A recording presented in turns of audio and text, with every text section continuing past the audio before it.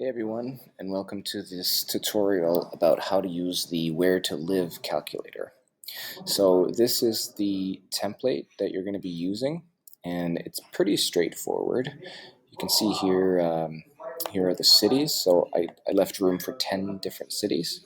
So you want to start off by just naming them. So let's say New York, I don't know, Tokyo, Copenhagen, Berlin, Bogota, whatever. You get the point. So you kind of name all of them, and I've given you up to 10 choices. You don't have to do that many. If it's just between two, that's fine. Okay, so the second part is you go through here, you look at the life categories, and here I've written down a bunch of the categories that I've used and that I've helped others use when trying to figure out where they want to live. So healthcare and accessibility and cost, educational opportunities, professional opportunities, tolerance and inclusion, cost of living. These are all kind of standard things. I have left some open-ended ones here where it just says insert. So if you have things that you really care about, I don't know if that's like access to specific amenities, like recreational stuff, or churches, or mosques, or nature of a specific kind, or I don't know, whatever it could be. There's some room there if you wanna work on that.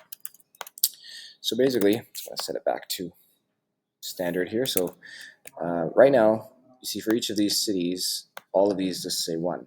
So the next step you want to do is you want to go through each life category and you want to give it a weight. So let's say you really care about healthcare and accessibility, so you give that a 10 because that's super important to you. Educational opportunities, if you're not so crazy about that, you can give it a 3.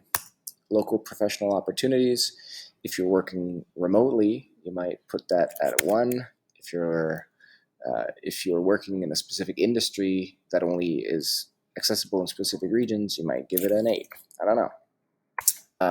So what this is going to do is, let's say you rate New York, the healthcare accessibility and cost. Let's say you give it a 4. I know that in New York it can be quite expensive, and in Tokyo, you say healthcare accessibility and cost is very good, so you give it an 8. The point here is the higher you rate each city, the higher the score. So what it's going to do is, for New York, it's going to take this rating of 4, times it by your weight of the life category, and so that should give you 40. So if you look down here, there's actually, these are the weighted scores. So this is a formula. You don't touch this because it's going to take all of these answers and kind of multiply it to what you say. So you see, right now, New York has 40, Tokyo has 80. And so basically what this is doing is it's taking the things you care about and you tell it how much you care about each thing, and then it's a weighted scale. So you rate each city, and for this part, you want to be very objective. You want to do some research. You want to talk to people. You want to find out if it's actually true. An important thing when doing this is you have to give the spreadsheet good information, because if you're just kind of like haphazardly putting information in, it might skew the results. So let's go through and I'm just going to give these at random. I have no idea if these are right. Just putting in random numbers. So what you do is, for each life category, the next step is to go through each city. Take this one out. It's not necessary anymore. You go through each city and you rate them like this. So you go from left to right. The reason you don't go like you do all of New York first is because you want to compare the cities to each other. And you'll find as you go through this, like if you're comparing New York to Tokyo to Copenhagen, you might say, well, Copenhagen is really good. And Tokyo's like, let's say you had all of these 3 said 8. Well, you said, well, Copenhagen's probably better. And Berlin and Tokyo, well, Berlin's probably better than Tokyo, so it might be a 7 there or whatever. So you can kind of compare it based on the numbers. It really only matters if it's relative. So yeah, you go through and you do line by line. So you do the healthcare, educational opportunities. And so you've weighted all of your life categories, and then you've rated all of your cities. And then all of the weighted scores are going to be in here. I've kind of grayed this out so you don't see it, so it doesn't influence your decision. Then you go down here, it says stop. Look at the final score. A above. Oh, no, that's correct. Don't look at the final score below until you've reviewed the scorings and they feel good. And actually, I'm going to add here, don't look at the final score until you've read the additional questions on tab 2 and double checked the scores above and everything feels good. So I'm going to add another one of these in here because we don't want to have it pop up right away. You want to make sure that once you go to the next one, you won't be able to see it right away because this is really important when you get down there. Okay, so before you look down to the bottom here, go to these additional questions. And these are just some of the questions that I've compiled over a couple of years of doing this. You can ask yourself other questions, but these are just kind of to get you thinking in different ways. And then if you need to, by all means, go back and you can change the ratings of each city. So for example, if you ask yourself, where would I like to retire?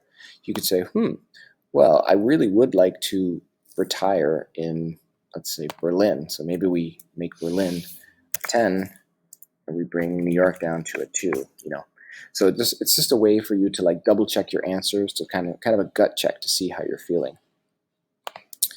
And so once you've gone through that and you've made any necessary changes, I really recommend being very careful and thoughtful and getting other input, Googling things, asking people and also the thing to watch out for is you don't want to let your emotions dictate how you rate cities. So let's say you're talking about housing and you're saying, oh, New York's, a 1, Tokyo is it's a 2, and Copenhagen's a 10.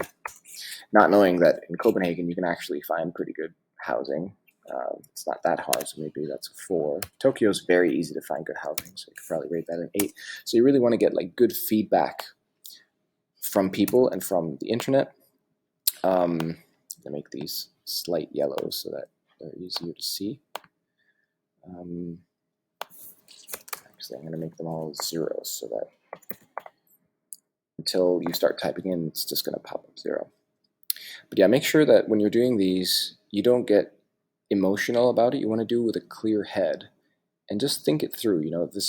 The answer that it spits out, it's probably going to be the right answer for you, because you'll find once you go through this, it really sparks conversations. Like you start asking yourself, the weather and climate in New York versus Tokyo. It depends on what you like too. It forces you to think about, do I like the New York climate or do I like the Tokyo climate? Or if you have, Bogota, it's a totally different thing. And, it forces you to ask yourself those questions. So the most valuable part of doing this exercise is actually asking these questions. So I highly encourage you not to rush it, to really take your time, really think about these things. And then once you're ready, you go down, and okay, you've read the disclaimer, and then you check it.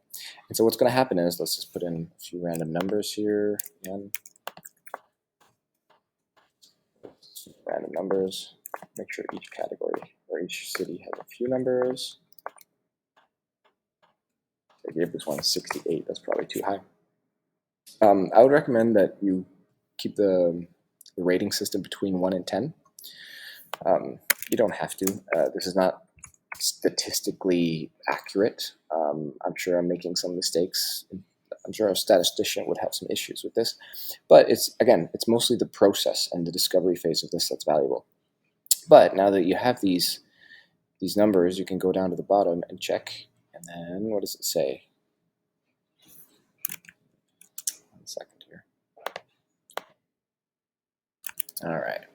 So I had the number 0 written over here in the weighted section, which is confusing because then the answer is just 0. So just go and put in a few different random numbers here, and then the weighted scores are here, and then check below. So here you'll get your ranking. So here it'll say like which city is best for you. So this is not available. 1 sec. Again. All right, so again, that was because I had originally set this for 6 cities, but I've increased it to 10 cities, and I needed to update the formula a bit. So now you can see here's our rankings for the different cities. So as you can see, Copenhagen in this case would be number 1, Tokyo would be number 2, and New York would be number 3. And Bogota would be last on the list. And again, this is just random numbers that I've inserted here. So I hope that helps to narrow it down. And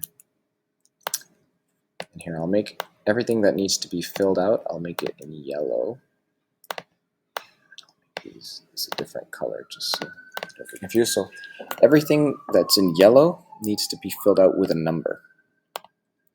And this doesn't need to be changed. Make sure you ask yourself the additional questions. There's the instructions here if you need to go over this again. And yeah, let me know where you end up moving. Before I go to, I want to just share a story because this isn't something I just created for fun. This is something I created for myself because when we were going to have our first kid, we had no idea where to live.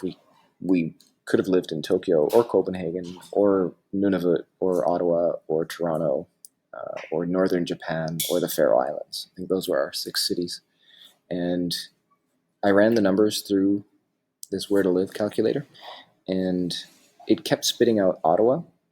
And at the time, I had this bad image of Ottawa, and I thought it was a boring city and this and that. So we just decided to forget about this this spreadsheet and just go live in Montreal. And that was a terrible idea because it was linguistically in alignment. Neither of us spoke French. It also had no connection to work. The culture wasn't the same as ours, and it wasn't some like, yeah, it was a sense of adventure, but we had a new baby, so we didn't want a sense of adventure. We needed a stable place to live. And then when we did move to Ottawa, it was like a breath of fresh air. It was like, oh my God, this is the right place that we need to be. So I don't know how statistically accurate this calculator is, and definitely take it with a grain of salt, but hopefully it'll give you some food for thought. And yeah, if you do decide to move, this can be a great tool. Hope you like it. Take care of yourselves. Bon voyage. Peace.